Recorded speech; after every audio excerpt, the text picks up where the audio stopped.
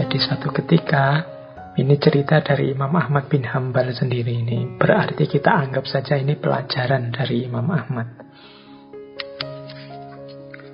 Jadi Imam Ahmad bercerita begini. Satu hari saya tidak tahu mengapa kok ingin sekali pergi ke Basrah, Irak. Sebagaimana kebiasaannya Imam Ahmad yang tidak ingin terkenal dan dikenal, ya beliau berangkat ke Basrah dengan modelnya sendiri, mungkin dengan baju yang sangat sederhana, tidak memamer-mamerkan gaya dan kebiasaannya biar tidak dianggap orang besar, orang soleh. Sampai di Basrah Isya, beliau ikut sholat di satu masjid. Setelah sholat, karena merasa capek, beliau berniat, wah ini enaknya saya istirahat di masjid ini saja ya. Terus beliau berbaring di masjid itu. Tiba-tiba didatangi oleh pengurus masjid, marbotnya atau takmirnya lah kalau hari ini ya. Melihat Imam Ahmad di situ, disapa, "Syekh, mengapa kok berbaring di sini?" Imam Ahmad menjawab, "Saya ingin istirahat.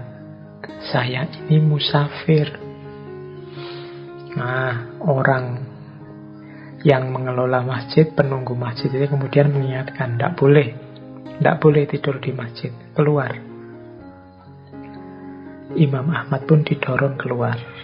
Sampai di teras masjid, Imam Ahmad berniat, oh kalau gitu saya istirahat di teras masjid ini sudah cukup, tidak harus di dalam masjid. Didatangi lagi oleh marbot tadi, tidak boleh saya, tetap tidak boleh. Di dalam masjid tidak boleh, di luar masjid tidak boleh. Imam Ahmad didorong-dorong sampai ke jalan. Nah, Imam Ahmad kebingungan ini, waduh kalau gitu nginep di mana ini? Tiba-tiba ada yang memanggil beliau. Seorang tukang roti yang rumahnya dekat masjid. Orang tua tukang roti ini sejak tadi sudah melihat beliau dan melihat peristiwa ketika beliau didorong-dorong ke jalan oleh marbot masjid. Karena itu dia terus memanggil Imam Ahmad, "Mari Syekh, sampean menginap di tempat saya saja. Saya tidak punya tempat yang luas, tempat saya hanya kecil, tapi monggo kalau mau menginap di tempat saya." Imam Ahmad pun duduk menemani tukang roti ini. Ada kebiasaan yang dilihat oleh Imam Ahmad dari tukang roti ini yang unik. Jadi tukang roti ini sambil mengolah adonan roti, yang keluar dari mulutnya selalu kalimat astagfirullah, istighfar. Kalau pas diajak ngomong oleh Imam Ahmad, ya dijawab ngomong itu. Tapi setelah menjawab, mulutnya terus istighfar lagi. Jadi orang ini mendawamkan istighfar. Terus Imam Ahmad bertanya, "Syekh, sudah berapa lama sampean melakukan hal seperti ini, mendawamkan istighfar ini?" Orang itu menjawab, "Sudah lama sekali. Saya menjual roti sudah 30 tahun lebih. Kira-kira sejak itulah saya mendawamkan istighfar ini." Kemudian Imam Ahmad bertanya, "Ma samratu fi'luk?" Apa hasilnya istiqomahmu beristighfar ini? Terus beliau bilang, "Ya, 30 tahun lebih aku istiqomah beristighfar, tidak ada hajat yang saya minta pasti dikabulkan oleh Allah. Semua yang saya minta langsung diterima oleh Allah." Imam Ahmad bertanya, "Semuanya dikabulkan?" Orang itu menjelaskan, "Semuanya dikabulkan kecuali satu." Ya, masih ada satu yang belum dikabulkan oleh Allah. Imam Ahmad penasaran, terus bertanya, apa itu kira-kira yang belum dikabulkan oleh Allah?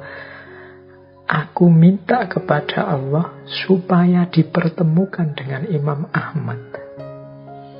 Nah, mendengar itu Imam Ahmad langsung takbir, Allahu Akbar.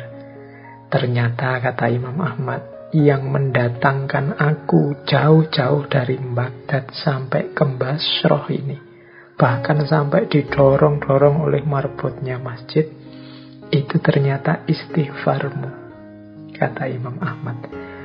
Penjual roti itu pun kaget.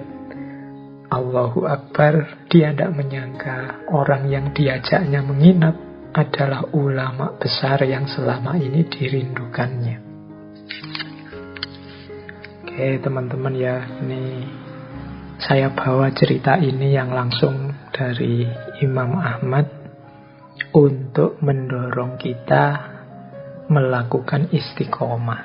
Bahkan amal baik yang tidak terlalu mewah seperti sholat malam yang terus-terusan atau puasa yang terus-terusan, hanya mendawamkan istighfar saja mengundang keridhoannya Allah. Makanya saya sering pesan untuk tidak berhenti-berhenti istiqomah dalam kebaikan. Pilihlah kebaikan apapun yang tidak terlalu berat, yang tidak membebani hidupmu sampai sebegitunya, tapi lakukan dengan istiqomah. Insya Allah keseriusan kita dalam istiqomah akan mengundang ridhonya Allah.